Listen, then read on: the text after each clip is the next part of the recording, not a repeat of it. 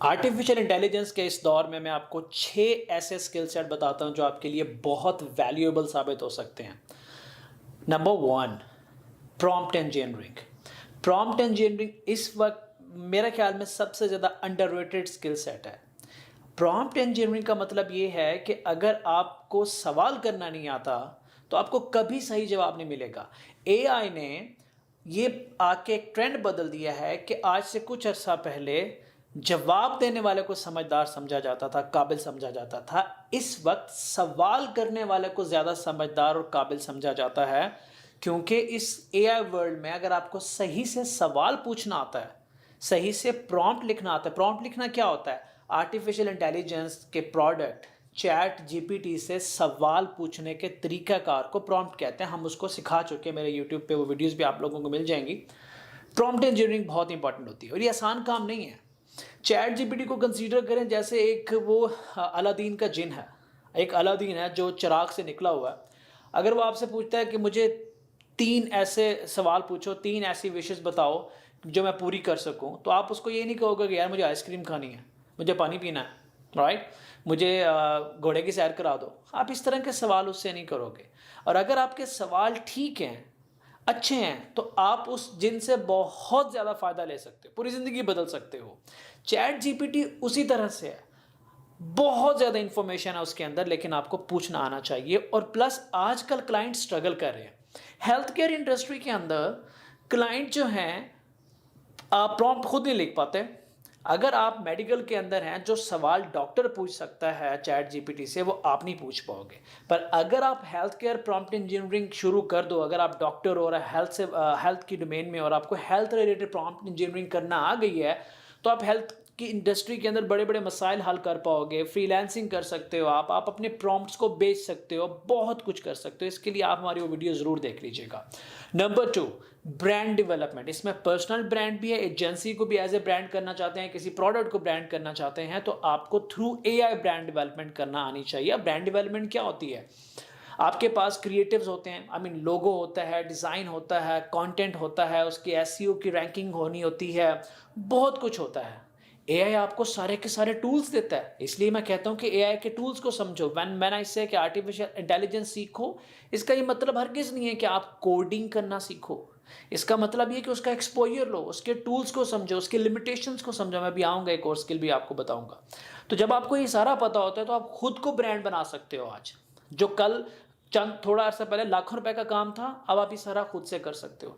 आप अपने प्रोडक्ट को लॉन्च कर सकते हो। आपकी एजेंसी हो तो आप उसको अच्छे तरीके से उसकी ब्रांडिंग कर सकते हो। Branding is a very important thing.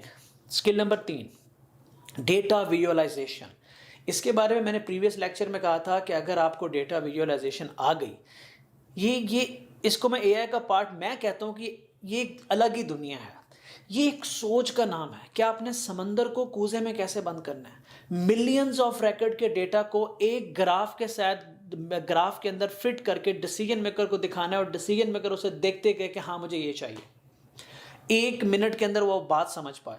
आज का दौर डेटा का दौर है और आर्टिफिशियल इंटेलिजेंस आपको इतनी ज़्यादा प्रोसेसिंग पावर देता है, कंप्यूटेशनल स्ट्रेंथ देता है, एल्गोरिदम्स देता है, मॉडल देता है कि अगर आप सिर्फ डेटा की दुनिया में डेटा एनालिसिस शुरू कर दें, विजुअलाइजेशन सीख लें, तो आप लाखों, मैं यहाँ पे कोई अमाउंट कोट नहीं करूँगा क्योंकि फिर बंदा डिफरेंट लगता है, लेकिन आप बहुत ऊपर जा सकते हैं। I am seeing people growing in this field, data visualisation.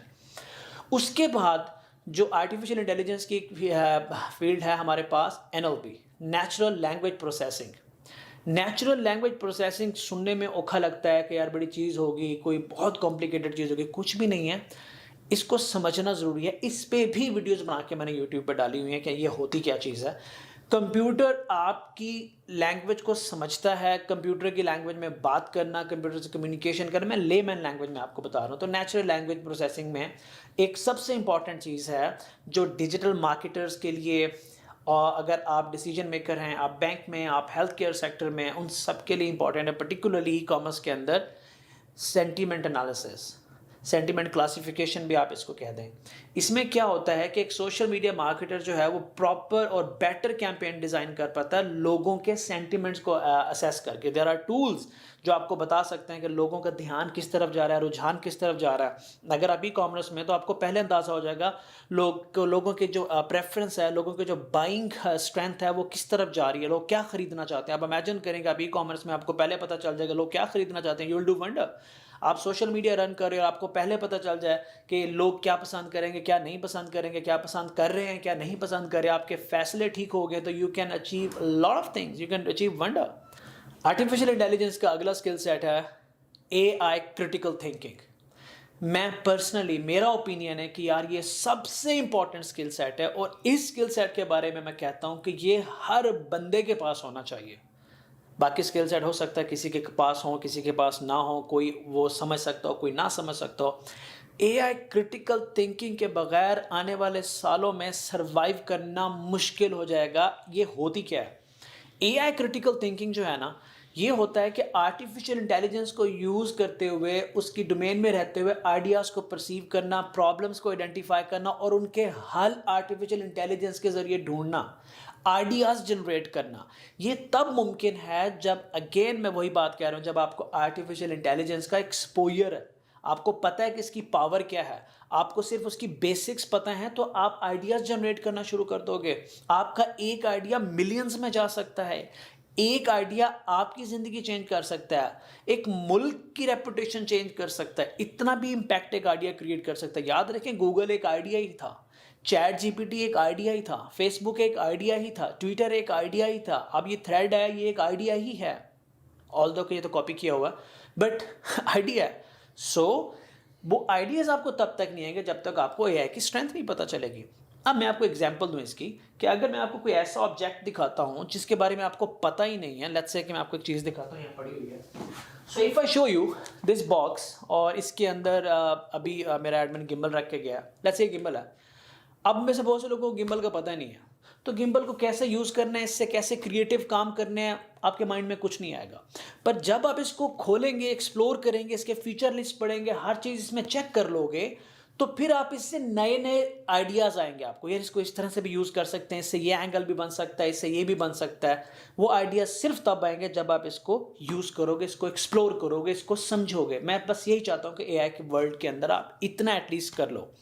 Last skill set, मैं इस पर बहुत बात कर सकता हूँ, but I summarise. Last one, understand the AI limitation. आज के दौर के अंदर दुनिया ढूंढ रही है उन एक्सपर्ट्स को जिनको ये पता हो कि AI में क्या नहीं हो सकता, AI की कहाँ लिमिटेशन है, क्योंकि ये नॉलेज लोगों के पोटेंशियली करोड़ों रुपए को बचा सकती है। कि अगर आपको ये पता है कि आर्टिफिशियल इंटेलिजेंस में क्या नहीं हो सकता, और आपको ये पता करने के लिए कि आर्टिफिशियल इंटेलिजेंस के अंदर क्या नहीं हो सकता, आपको ये पता होना चाहिए क्या हो सकता है।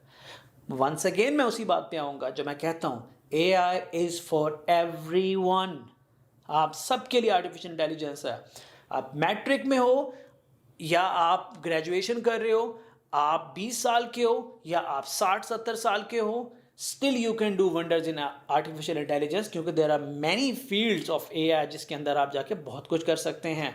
दुनिया को ज़रूरत है, सीखें, समझें और फिर अपने आप को ब्रांड बना के आएँ, अपनी दुनिया तो खोलें, ग्लोबल विलेज का फ़ायदा तो उठाएं, अपने आप को एक गांव में बैठ के US में पहुंचाएं तो सही।